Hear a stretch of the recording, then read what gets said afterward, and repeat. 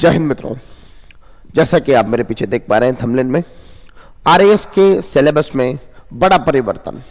जी हाँ, क्या आरएएस के सिलेबस में परिवर्तन या फिर इसके ढांचे में परिवर्तन, हम लोग आज की इस क्लास में समझने का प्रयास करेंगे कि आरएएस की इस भर्ती का जो पैटर्न है, क्या उस पैटर्न को भी बदला गया है या केवल सिलेबस बदला गया है। हाल ही में 9 जनवरी को आरपीएससी द्वारा प्रीलिम्स और मुख्य परीक्षा का नया पाठ्यक्रम जारी किया गया है, जिससे बच्चों में काफ़ी जिज्ञासाएं बढ़ी है कि क्या कुछ बदलाव किया गया है। तो आइए जानते हैं हम लोग। सबसे पहले अपन लोग मोटे मोटे परिवर्तन को देख लेते हैं कि क्या मोटा मोटा परिवर्तन किया गया है इस एग्जाम के पैटर्न में। मैं सबसे पहले बात करूं एक दो चीजों पर। एक तो सबसे बड़ा परिवर्तन जो किया गया है, पहले आरएएस का जो मुख्य परीक्षा होती थी, उस मुख्य परीक्षा में 3 प्रकार के 3 टाइप्स के क्वेश्चन आते थे। एक 2 नंबर, एक 5 नंबर और एक 10 नंबर। ये जो 2 नंबर के जो क्वेश्चंस थे, शॉर्ट टाइप जिस क्वेश्चंस को हम लोग कह सकते हैं, वन लाइनर जिसको हम लोग कह सकते हैं, इन प्रश्नों को इस 2026 वाले सिलेबस में बिल्कुल हटा दिया गया है। जी हाँ, ये बहुत बड़ा परिवर्तन है मुख्य परीक्षा में। क्या संदेश देना चाहता है इससे आरपीएससी ने जो रेक्टोलॉजी जो बच्चों ने लगा रखी है, जो यूथ केवल कुछ वन लाइनर प्रश्न को रट के और 50-60 प्रश्न पूरे, अगर मैं मेंस की बात करूं तो चारों पेपरों में मिलाकर 50-60 प्रश्न ऐसे होते थे मिनिमम, जो वो लोग रट लेते थे। और अगर मैं मोटे मोटे तौर पर अगर 50 से 60 प्रश्न भी मानूं तो 2 नंबर का प्रश्न आता था तो उनके 120 से 140 नंबर तो यहीं से प्राप्त हो जाते थे उनको। तो वो रट्टालोजी को क्या करना चाहती है आरपीएससी, बंद करना चाहती है कि हमें ऐसे सिविल सेवक मिले जो किसी सब्जेक्ट में विशेष ज्ञान रखते हो, उस पर विशेष सोच उनकी हमें प्रदर्शित हो, दिखाई दे।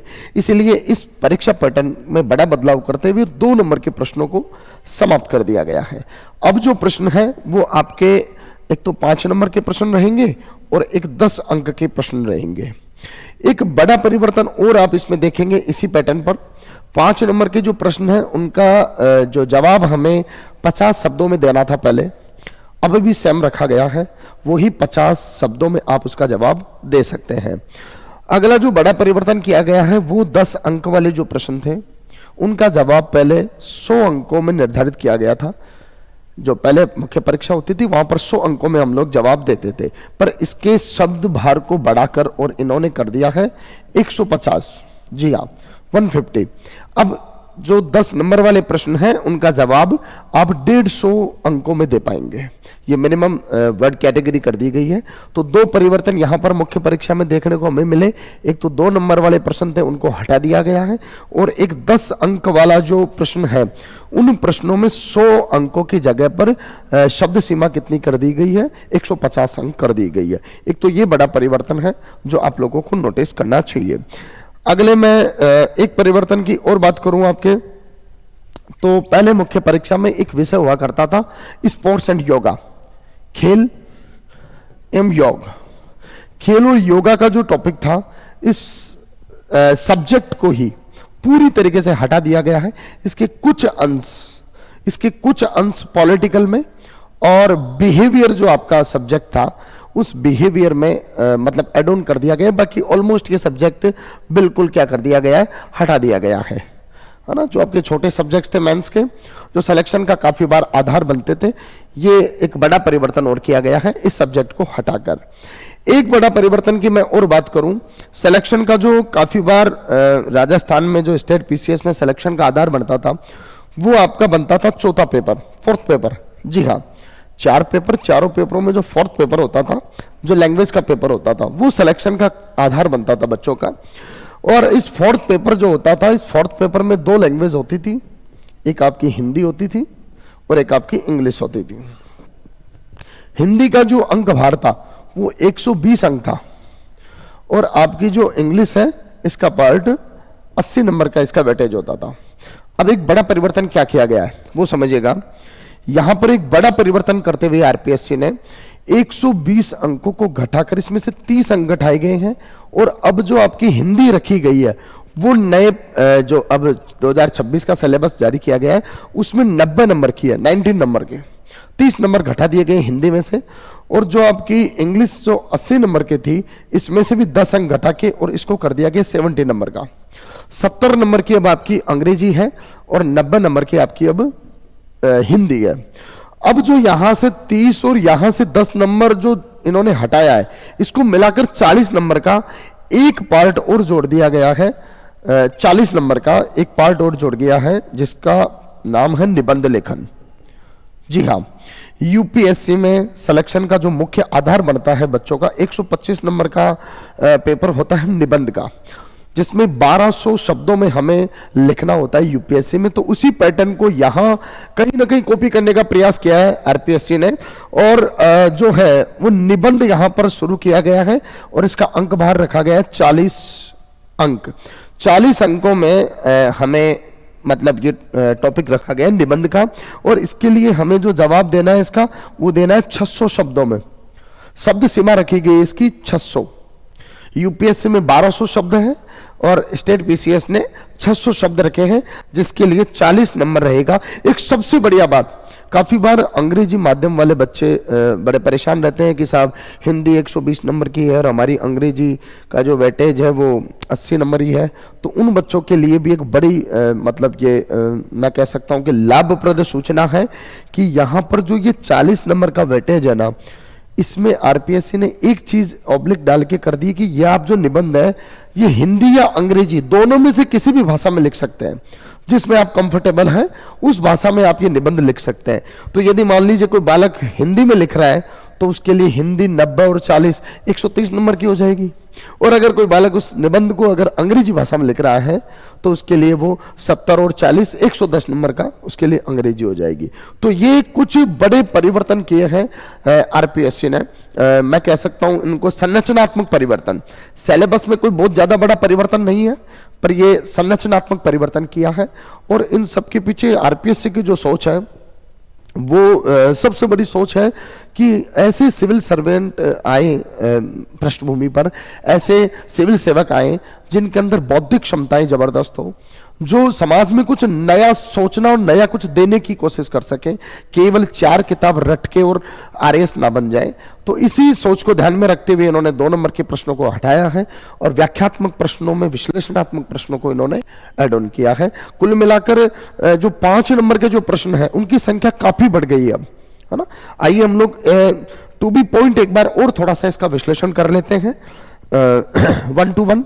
देखिएगा, जो प्रारंभिक परीक्षा है उस प्रारंभिक परीक्षा में कोई बहुत ज्यादा बड़ा उलटफेर नहीं किया गया, कोई बहुत ज्यादा बड़ा परिवर्तन नहीं किया गया। मैं बता दूं आपको, प्रारंभिक परीक्षा में मैं मानता हूं 5 से 7% चेंज है, ओनली 5 to 7% चेंज। वो भी किन में कुछ सब्जेक्टों में इन्होंने क्या किया है, 1-2 लाइन ऐसी जोड़ी है और वो टॉपिक भी ऐसे जोड़े जिनको अमूमन बच्चे पढ़ते ही पढ़ते हैं, है ना। जैसे इतिहास में पुरालेख और शिलालेख ये शब्द जोड़े हैं तो इनको हर बच्चा पढ़ता ही पढ़ता है जब इतिहास पढ़ रहा है। तो प्रीलिम्स जो परीक्षा है उसमें कोई बहुत बड़ा परिवर्तन नहीं है, और प्रीलिम्स को पहले की जैसे ही जो पुराना पैटर्न चल रहा था उसमें भी प्रारंभिक परीक्षा जो थी वो एक तरीके से स्क्रीनिंग टेस्ट होता था, क्योंकि उसका मेंस में कोई वेटेज होता नहीं था, मेंस में जुड़ती नहीं थी। और अब भी इसको सेम रखा गया है, इसको केवल और केवल क्या बनाया गया है, स्क्रीनिंग टेस्ट बनाया गया है। मतलब प्रारंभिक परीक्षा होगी, उसका मेरिट में कोई लेना देना नहीं होगा आपका, ना कोई भी अंक उसका नहीं जोड़ा जाएगा। तो कुल मिलाकर इसको एक स्क्रीनिंग टेस्ट ही रखा गया है प्रीलिम्स परीक्षा को। आगे बढ़ते हैं हम लोग और एक परिवर्तन के लिए। तो यहां पर एक बड़ा परिवर्तन प्रश्नों की संख्या और मार्किंग को लेकर हम बात करें तो प्रीलिम्स परीक्षा में पहले भी 200 अंक का ही पेपर होता था और इसके लिए 150 प्रश्न होते थे, और उसी चीज को अभी भी सेम रखा गया है। वही 200 अंक का पेपर होगा प्रारंभिक परीक्षा का और 150 प्रश्न इसमें पूछे जाएंगे सभी सब्जेक्टों के मिला के। नेगेटिव मार्किंग को भी कंटिन्यू रखा गया है, वही 1/3 आपकी नेगेटिव मार्किंग होगी। तो मेरा मतलब प्रीलिम्स में कोई बहुत बड़ा परिवर्तन ना तो संरचनात्मक दृष्टि से हुआ है और ना ही सिलेबस दृष्टि से किया गया है। आगे बढ़े हम लोग और एक बड़ा परिवर्तन जो हमें देखने को मिला है उस पर हम लोग फिर एक बार चर्चा कर लेते हैं। जैसे अपन ने बात करी कि आपका जो पुराना सिलेबस था वो 4 पेपर होते थे, अभी भी 4 पेपर ही होंगे, परंतु उनमें जो आपका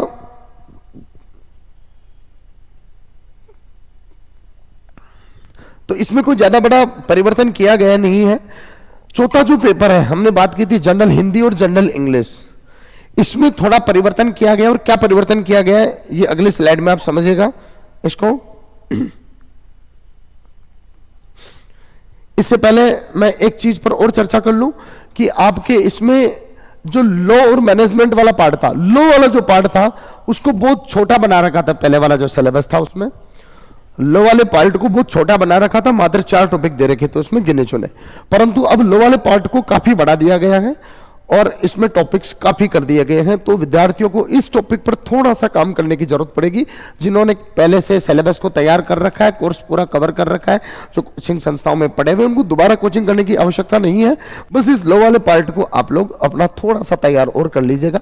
मैनेजमेंट में भी कुछ टॉपिक और एड ऑन किए गए हैं, तो जो लॉ है और मैनेजमेंट है इन पर थोड़ा सा आपको ध्यान देने की आवश्यकता है। जैसा कि हमने बात करी थी अभी प्रारंभिक में, इस 2 अंक के जो प्रश्न हैं उनको क्या कर दिया गया, समाप्त कर दिया गया है, और 5 अंक और 10 अंक के जो प्रश्न हैं इनके आधार पर क्या की जाएगी, अब मुख्य परीक्षा ली जाएगी, जिससे विश्लेषणात्मक जो क्षमता है वो विद्यार्थियों की, अभ्यर्थियों की देखी जा सके। तो कोई बहुत बड़ा परिवर्तन ज्यादा किया नहीं गया है, केवल उसकी, मैंने बताया बार बार उसी बात को मैं बोल रहा हूं, केवल संरचनात्मक परिवर्तन किया गया है। और एक बहुत बड़ा परिवर्तन जो मैंने अभी शुरू में बात की थी, आपका जो 4th पेपर है हिंदी और इंग्लिश लैंग्वेज का, इसमें बड़ा परिवर्तन है। इसको एक बार फिर मैं बता देता हूं। पहले मैंने बात की थी कि इसमें निबंध का महत्व नहीं था, उस महत्व को इन्होंने ऐड कर दिया है, जोड़ दिया है। अब देखिएगा, जो आपकी हिंदी है और अंग्रेजी है, इसमें 3 चीजों पर ध्यान दिया गया है। जैसे 3 भागों में बांटा है इन्होंने। एक तो व्याकरण, जो ग्रामर पार्ट है उसमें, इसके पश्चात में एक अनुवाद ट्रांसलेशन पर, और एक प्रेस राइटिंग मतलब संक्षिप्त लेखन पर, और इन 3 के साथ में एक चीज जो जोड़ी है वो जोड़ा है निबंध। तो ये 4 चीजों से मिलकर आपकी हिंदी और अंग्रेजी जो है वो चौथा पेपर तैयार होगा, चौथा पेपर बनेगा। 4 चीजों पर आपको ध्यान देने की आवश्यकता है। व्याकरण हो गया, अनुवाद हो गया, संक्षिप्त लेखन हो गया, और आपका निबंध हो गया, है ना। ये मुख्य रूप से आपके इन टॉपिकों में जो बड़े परिवर्तन हुए हैं उन पर अपन ने चर्चा कर ली। कुल मिलाकर ज्यादा घबराने की आवश्यकता नहीं है। जिन्होंने कोचिंग कर रखी है उनको ऐसा नहीं सोचना कि कोई बहुत बड़ा परिवर्तन हो गया है, हमारे को दोबारा कोचिंग करने की जरूरत है, ऐसा कुछ नहीं है। बिल्कुल आपको दोबारा कोचिंग करने की आवश्यकता नहीं है। जो आप पढ़ रहे हैं उन्हीं में कुछ टॉपिक आपको ऐड ऑन करने हैं, और जो संरचनात्मक संगठनात्मक इसका जो परिवर्तन है उसको आपको ध्यान रखना है। अब ज़्यादा से ज़्यादा आपको जैसे मेंस जो लिख रहे हैं उनको लिखने पर ज़्यादा से ज़्यादा फोकस करना है। विश्लेषणात्मक जो प्रश्न हैं उन पर अधिक से अधिक प्रैक्टिस करनी है, तो आप आराम से अपने कार्य को सरल कर लेंगे।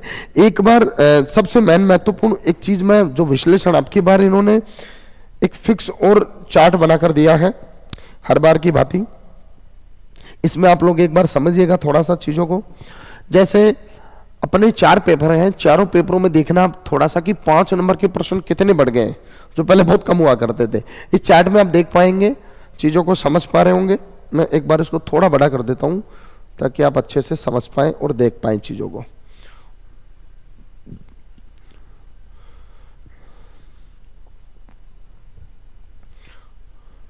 देखिए,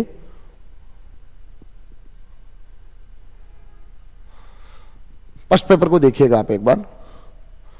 फर्स्ट पेपर में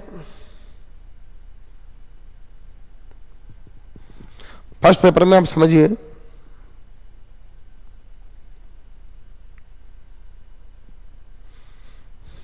फर्स्ट पेपर में देखिएगा आप लोग, सबसे पहले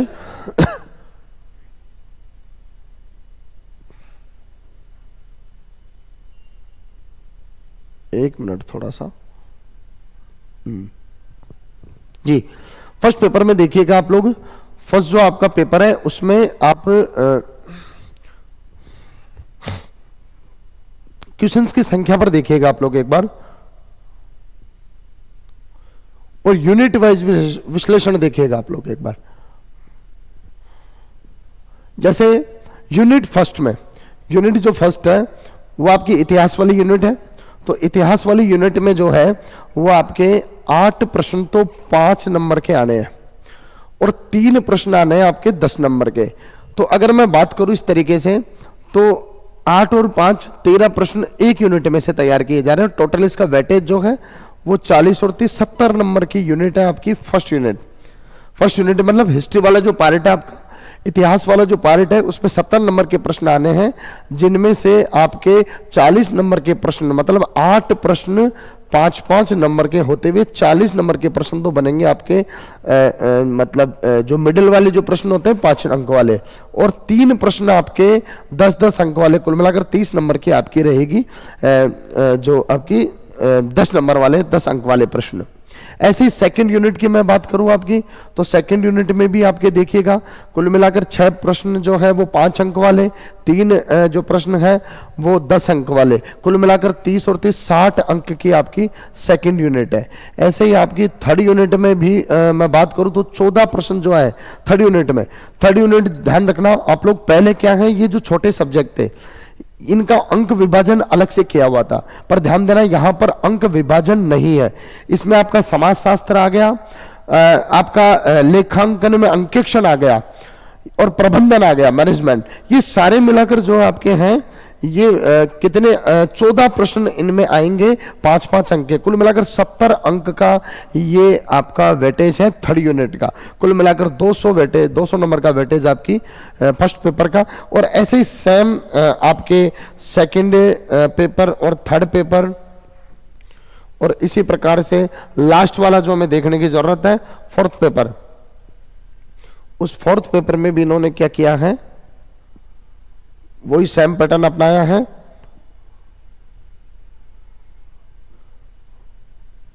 और इन्होंने इसमें क्या किया है देखिएगा, जो यूनिट फर्स्ट है वो यूनिट फर्स्ट आपकी 90 नंबर की, यूनिट सेकंड है वो आपकी 70 नंबर की, तो ये तो हो गई आपकी हिंदी, ये हो गई इंग्लिश, और थर्ड यूनिट जो निबंध है वो है 40 नंबर का। इस प्रकार से आपका जो अभी हाल ही में आरएएस का जो ये परिवर्तन हुआ है सिलेबस में, इस परिवर्तन को आप इस तरीके से आप लोग देख लीजिएगा। मिलते हैं अगले वीडियो में, तब तक के लिए शुक्रिया, थैंक यू, जय हिंद, जय भारत।